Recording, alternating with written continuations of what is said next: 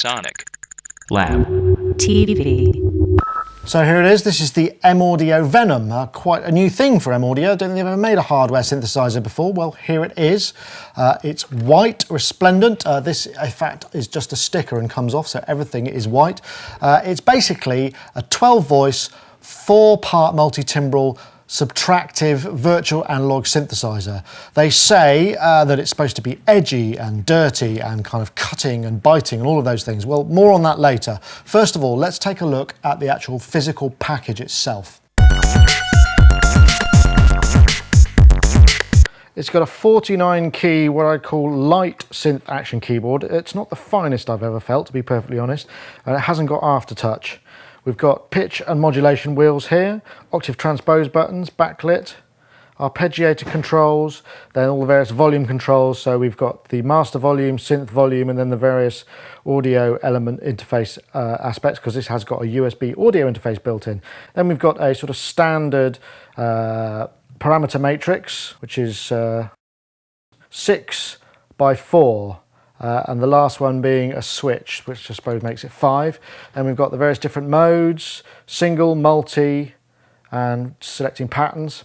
A green backlit LCD, single value control, various multi-control aspects. That's about it for the top panel.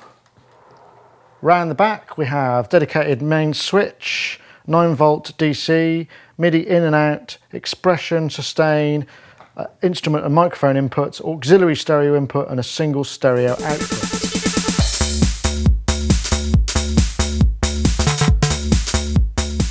While we take a listen to the demo song, let me just tell you a little bit about the voice architecture. What we have here is a virtual analog synthesizer, basically with 3 oscillators, 3 LFOs, 3 envelopes, 3 effects, basically all the 3s. There's also quite a comprehensive arpeggiator section, which allows you to have separate arpeggiator patterns on each of the 4 multi-timbral parts.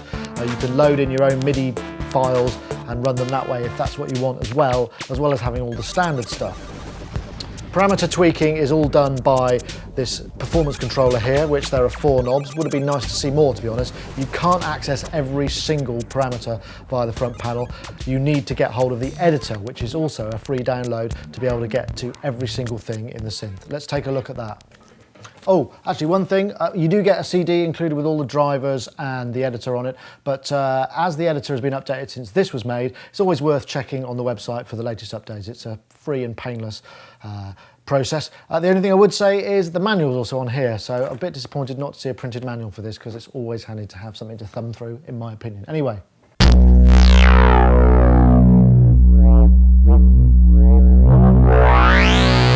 So here it is, designed, built and supported by Cycraft, the VZEX Venom editor.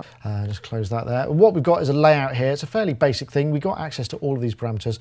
We've got the 3 oscillators here, all with their different waves. We've got the various mixes. We've got the polyphony and the voice parameters here. 3 envelopes. We've got 3 LFOs and an amplitude knob, which is kind of tremolo, auto, pan. We also have some effects here. We've got the insert effects, which gives us the possibility of having EQ, compression, auto wire, distortion reducer, some additional EQ and auxiliary effects here as well. There's also 16 modulation slots, which give us ample opportunity to route sources and destinations all over the place, although there aren't an enormous number of destinations.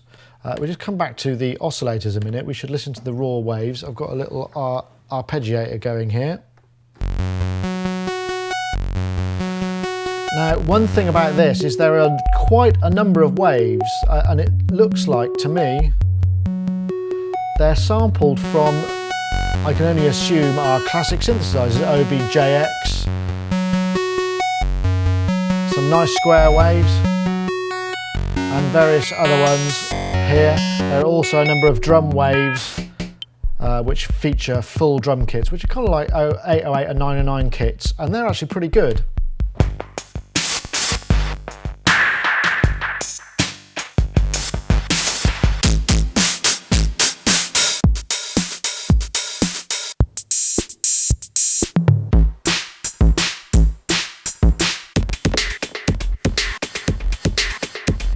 Let's look at a couple more oscillator features. There's a wave shaping on oscillator 1, which is kind of like pulse width modulation. You can modulate this parameter. We've also got this oscillator sync, which if I just bring this in, be able to hear it's actually quite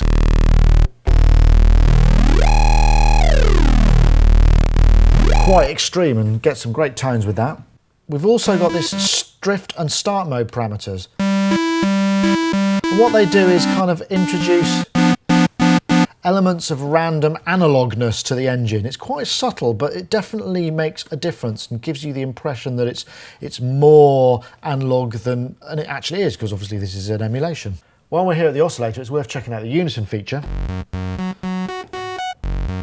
can dial it in here and bring up to 12 voices in and then detune them for some fairly massive sounds. But obviously when I'm using 12 voiced unison here, I've only got a one voice synthesizer, so it's not cloning the actual wave, it's just doing a kind of adding up the oscillators. We've also got a ring mod here, so I can bring this in. I can affect the pitch of Oscillator 2.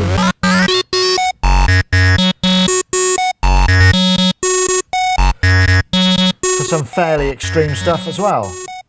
The good news is that the waves themselves are actually pretty beefy. There's quite a lot of bottom end and substance to them. You're probably not going to pick that up from this video, but take my word from it, there is actually quite a sort of eyebrow raising amount of bottom end, which was quite pleasantly surprising.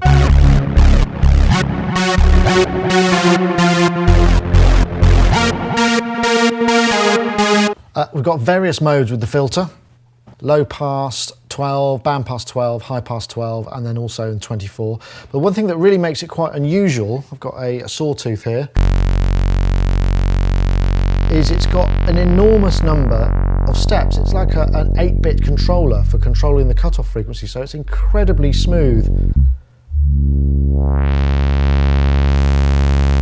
No stepping at all. Bring some resonance up there. Drop the level.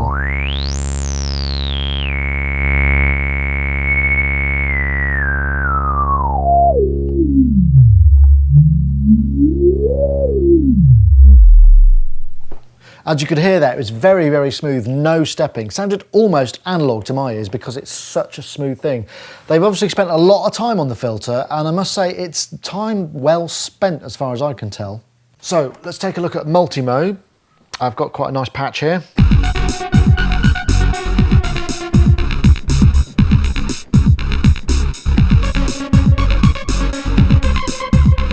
And you can see by the screen that we've got the ability to split and change the MIDI channel for individual parts. We've got voice parameters, so then poly, unison, various different mix features. We can set the arpeggiator here. These arpeggiators are being used on all three parts. We're not using the fourth part. I can also access the individual voices just by pressing this button here. That allows me to edit the individual synth voices. Most of the multis that are set up in here demonstrate the kind of groove and arpeggiator aspect to the Venom.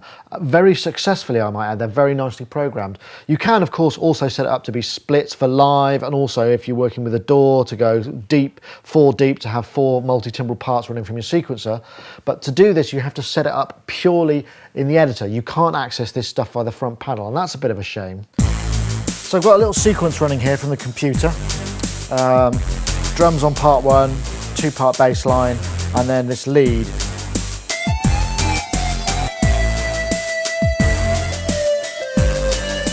Which, say I don't like, so I want to change the program. Can you hear that? There's a glitch in playback, and I can only assume that this is some kind of sort of strain on the DSP that's causing it to glitch on playback. So if you're going to want to maybe use it with, say, a sequencer live and you're sending it program changes, you're going to end up with a bit of a problem here, and I think that is a bit of an issue for some of you. For some others it may not be. So I've got my headphones on, I've got my guitar plugged in. That must mean one thing. Obviously this has also got a USB audio interface built into it, the Venom. It's fixed sample rate, 44.1, 24-bit, and it's got a separate instrument and mic gain. inputs. You can also, if I go to the global settings here, you can set the DAW to record from the synthesizer or just via the direct inputs with this button here. And if I go back to my multi, I've also got the possibility of routing the audio from the inputs, either left or right or stereo, or USB left or right, so I can affect the returns, which means I can process external audio and returns from the DAW through the synthesizer engine. It's pretty cool. So I'll just go to my DAW here, play my pattern. I've got this, and this guitar is now going through the synthesizer.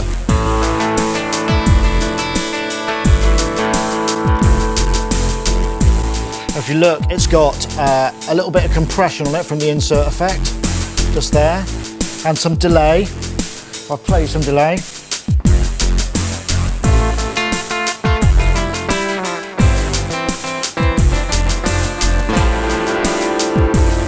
And I've got the mod wheel.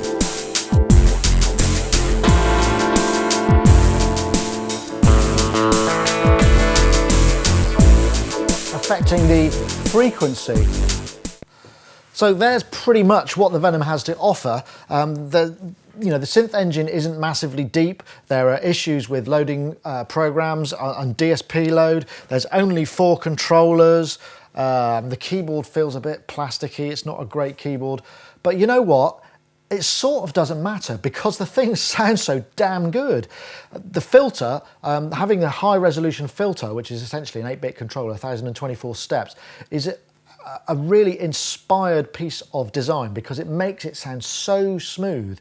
And of course the waves themselves also sound good. Even though they're sampled, perhaps right in the very high registers, you're going to get some aliasing, but overall the beef and the weight to the waveforms really makes a massive difference. So to my ears, this synth, you could sort of forgive it all of those foibles because it's about the sound. I think we're going to start hearing this in a lot of stuff because it can create some really in-your-face and impressive kind of wow signature sounds, which is not something that you often get in a synthesizer of this cost. Speaking of pricing, it's available at around £470 UK and $599 US. You're going to get it cheaper on your shop online. Those are full recommended retail prices.